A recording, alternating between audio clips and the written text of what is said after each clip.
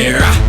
Real quick before we get started, I just realized that either Robert D. or Matthew Deluxe Baldwin swapped out my Tiger tracks for an Omnigonics. They know how busy I've been this week and how busy I was going to be getting ready for Skullfest, so they knew I probably wouldn't notice, and they played a bit of a practical joke. So in the next couple reviews, you're going to see me throw in Tiger tracks. It's actually Omnigonics, and I'll get to the bottom of that as soon as possible. What's up, everybody? It's your favorite old buddy's favorite nerd, and today we are looking at the Maketoys Howling Meteor. And let me tell you why I say old buddy. It's stuff like this, it's highly anticipated stuff like this that, like, I can't win. So I'm already ready to hear the TFW, hey, bring it on, Mac. Talk about the skull mask, talk about how I'm scared to show my face, and then you got an avatar pic with Optimus Prime on it. You need to relax. I have Codamus Prime in the house tonight. Say what's up, Codamus. What's up? You can find him on Instagram. He's a tattoo artist, and he's also from the great land of England. He is the king. This was given to me by Justin C. I don't know how much of his name he wants out there. It's just on loan to me. I have to send it back to him. And he is part of the Agabyss team. Agabyss showed me a lot of love at TFCon, and Agabyss can be found, their link to their store can be found in the description of the notes. Even though it's not them, they show me enough love where I feel like it's justified. Real quick, I feel like I rarely get the opportunity on stuff like this, but I know it's gonna be, a highly watched video. I always take a picture of them just kind of standing like this. You might wonder why. The reason is because when you see promotional pictures for toys, it's always these super dynamic poses, and I wanna show you what it looks like just head on. So I try to always do a picture kind of like this, and that's why there's always one in my set. Not always. Never say always. Never and always, right? That's the stuff you should eliminate from your vocabulary. A wise man told me that. But enough about me and enough about the wise men I know. I know you guys want to hear more about this, but before we do that, we got to talk about a few accessories. So we have two of these little niblets. It's very G1 inspired, and we'll show you how they work. They're just kind of cast in this gray plastic. So this is done by manipulating this piece out, and once again, not unlike the null ray, it is a tight little fit, but it is not impossible. You would think I would have just had a big plate of greasy cheese fries from Outback Steakhouse. Let's shout out Outback Steakhouse and the loaded fries, Mac. With that ranch dressing, grief, there it is. It's beautiful, isn't it? And then we put this in, and then you can have that look mainly for jet mode, which we'll look at in a second, but it's cool that they had that feature. And Outback cheese fries are still the bomb.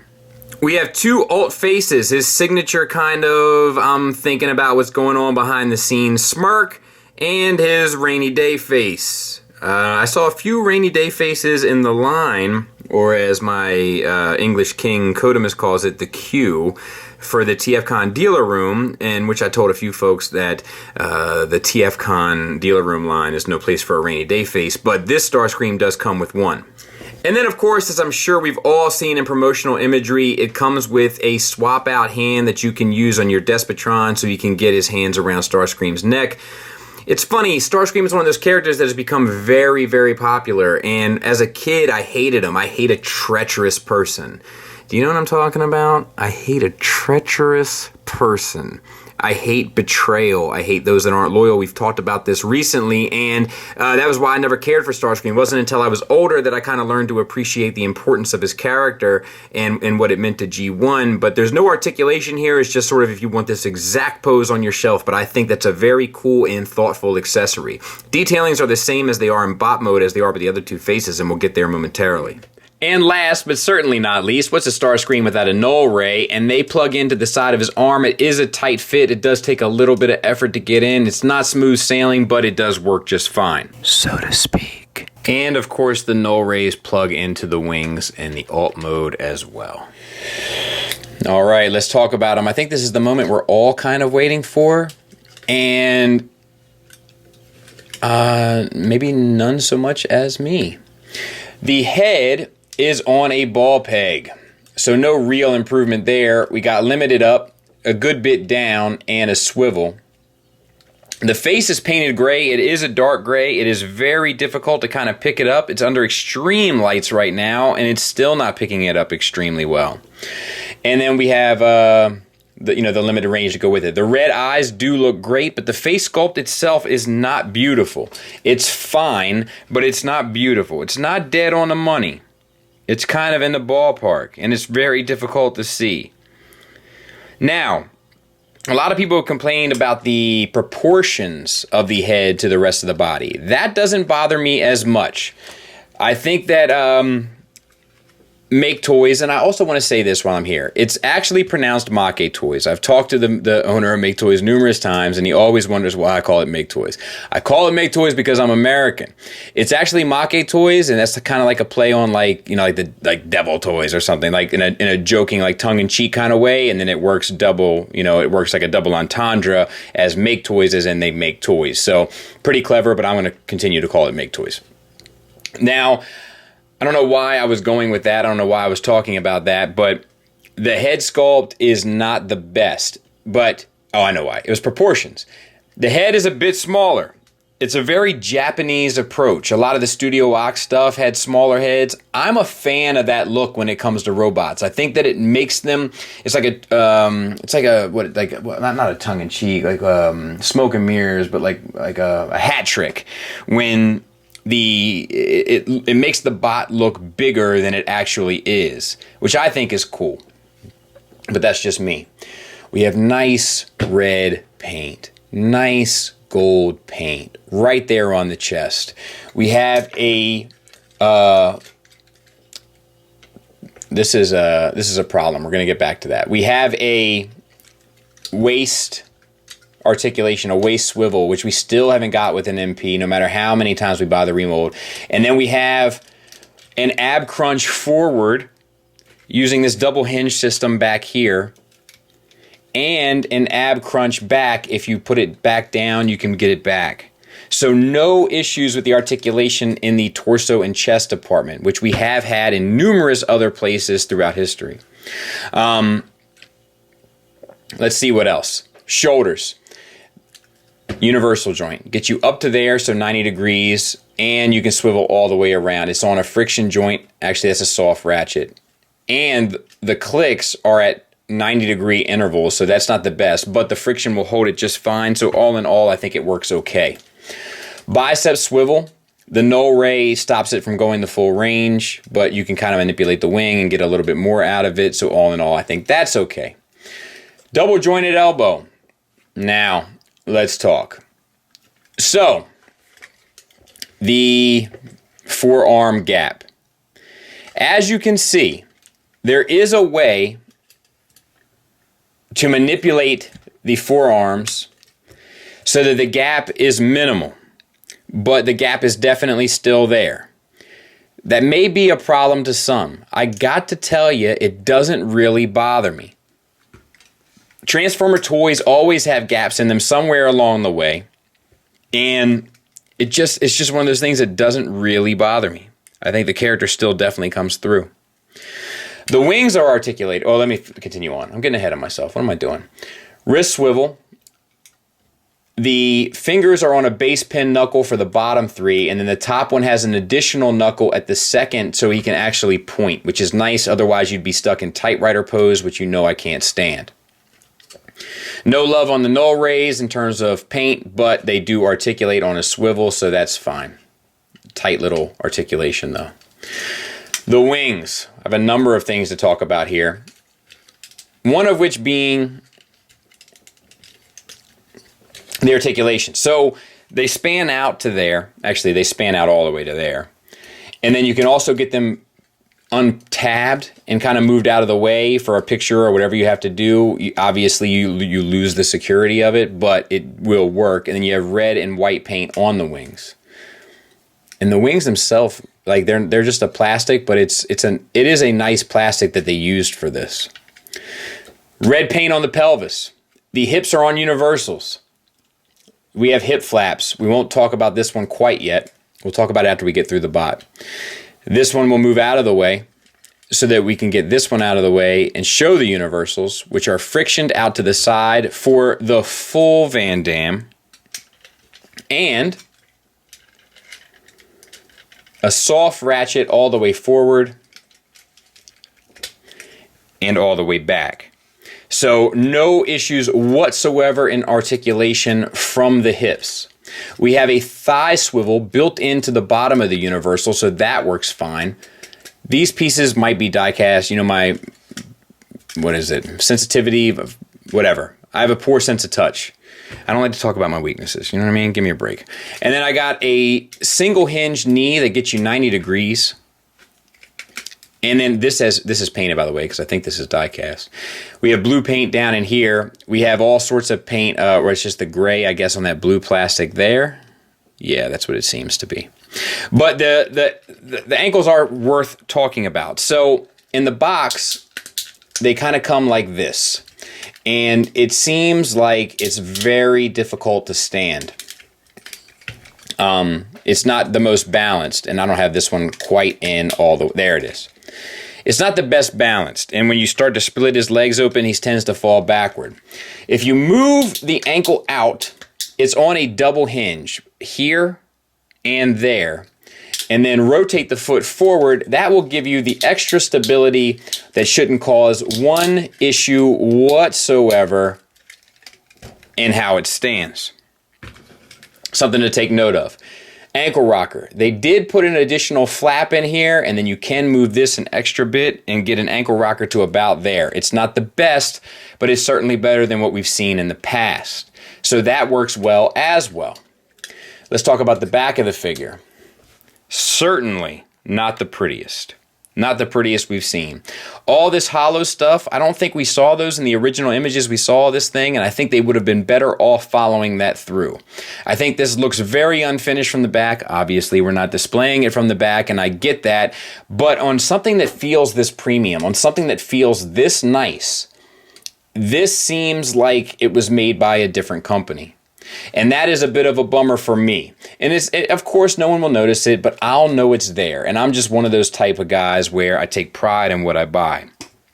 So that's really my only issue and gripe with this thing in bot mode. I know a lot of people hate this little gap there. It doesn't bother me. It's a subjective thing. It's definitely there. That is objective. Just like this is definitely there, and this doesn't bother some people. But I find this way more bothersome than I find this. And I'm talking about the total kind of cleanup package there in the back. But they ain't out of the woods yet, folks.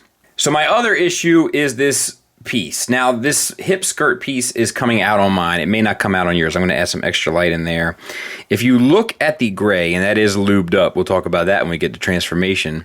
Slow down, ladies. But that is in there, and that tab in the light gray at the top is where this tabs into. So if yours comes out, you just have to tab it back in, and that's not the biggest deal in the world. But once again, it's another one of those things that makes it seem a little less professional than how it looks. Now, as you may or may not know, I'm going to need another sip of wine before I get into this, because I'm classy now. This is the Takara Masterpiece Starscream, and that is the Maketoys Starscream. The Maketoys blows it out of the water standing side by side. Risk gap or no risk gap, you need to relax. Looking at them side by side, the Maketoys kills it. Now, here's the problem. 6 seekers. Do you need me to do the math? It's easily over $600.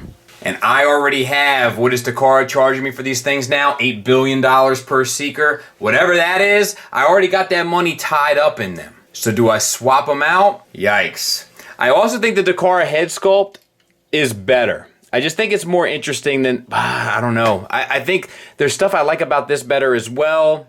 I just think that overall this works better. I wonder if you could undo this head and put it on there. But I like the proportions to say, I don't know, man. This is a tough call. But I can tell you this. Looking at them side by side, the Maketoys destroys it. The Maketoys has more articulation, it has more paint, and it has a cleaner and more modern sculpt. It's just the financial commitment. And that's where I think the problem lies. This is kind of how I felt when I was looking at those Huffers. Let's get them transformed. First thing we're going to do is unlock some stuff. We're going to unlock these tabs here.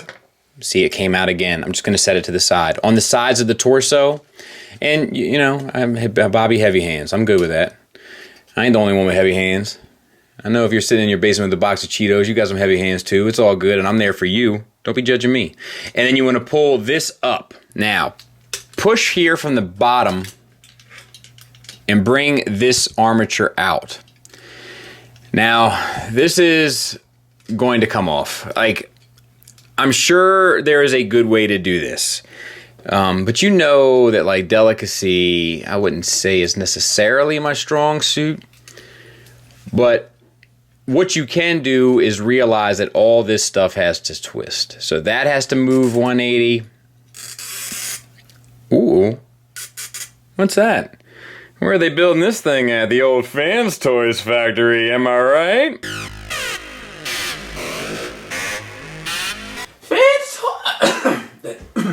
That convention, it was too much yelling I did at TFCon and my voice is all scratchy now. I can't even do my regular bits. Why don't you try a cup of English tea? Normally does the trick. Alright. Thanks, Cody. What you got to do now is line this up. Now, obviously you need this piece to align like that, and then to clip into place there. And then this piece is a little bit more tricky, but these two side pieces have to slide into those cavities.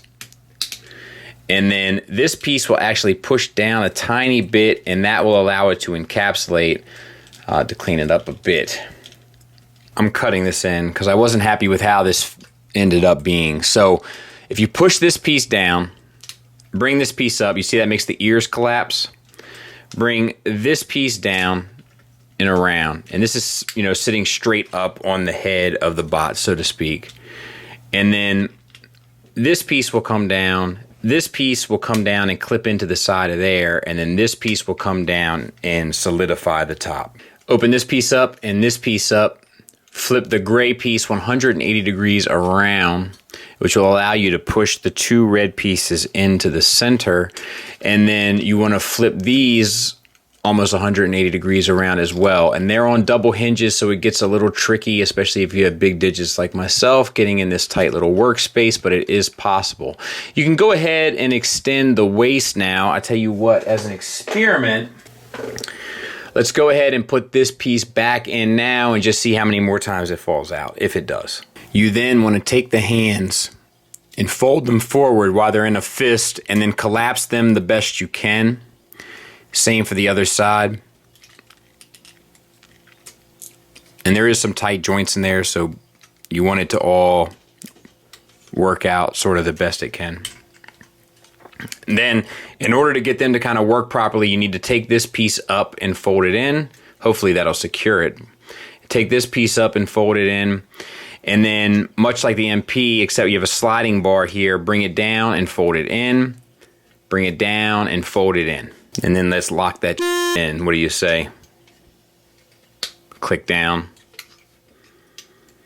Click down. Now this part is fairly challenging due to tolerance. So there's a hinge here and a hinge here. There's tabs here and slots there. And you need to bend at both hinges and get these tabs, this whole pelvis moves on a slider, to slide in and tab into those slots. Now, let's see if we can't make it happen. So far, not so good. There we go. That's what we're looking for. And then tab into one, tab into the other. Now, the legs are a little bit simpler. Fold the wings out here on the side. These pieces are locked in, fold them up. While you do so, leave space to get the tail wings out, and you can extend them as well. And then you can rotate the thrusters 180 degrees. Make sure this is closed up. That's on a soft ratchet as well. I don't know if I mentioned that. And then you can tab them together. You want to combiner wars the legs in and start to solidify all this stuff. In order to finish them off, slide the legs, the wing pieces on the legs all the way down. You know, these pieces you can keep out or keep in depending on what's convenient for you to keep it transformed. And I know we're not finished. These pieces here rotate down 90 degrees. The last bit is the wings. This is another piece that has a tendency to pop off. Fold this around and then rotate it around. And there might be a better way to do this. What do I know about it?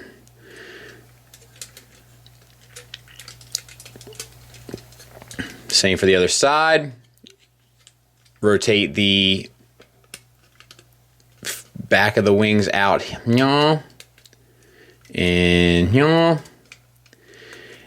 then fold these pieces in. I've already got one done there. And then rotate these pieces down, and there's like a number of things that have to kind of tab in. Slide these down. There it is. And these down. And then you're just going to tab in all this stuff, and it just takes a minute. No need to waste our time with it now. I'll clean it up. You get the general idea and take a look at it. There it is. The landing gear are here. And I put in the different missiles just to have a different variety. I don't think I talked about the feet, how to collapse them, but just use those double joints. It's not a big deal. And then we'll flip these down as well. I think it's awesome. Like, I think the toon representation of Starscream, like, really comes through in this. Like, it looks, like, how does that feel and look? Come on. You know what that's about. You know how that makes you feel. Like, I think this is tremendous. Let's get Cody's opinion. Look at that. Look through the viewfinder. It looks pretty nice. Right? Quite nice, right? Quite nice. Quite nice in that. Yeah, in it. So yeah, I think it looks really good. I think I think the paint is, I don't know. I don't have a whole lot negative to say about this in jet mode. I do have problems with this, don't get me wrong, but it's not really this representation whatsoever.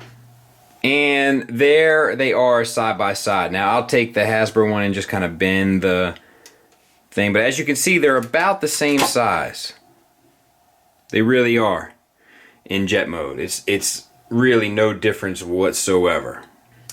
And there it is. Final thoughts. Let's talk about the negatives. The big negative for me on this thing is the pieces that fall out. The hip skirts fall out. The nose cone, the back nose cone piece falls out. The side pieces here that flip around on the back of the wings fall out. It just seems, for as professional as this piece seems, it seems very novice in nature.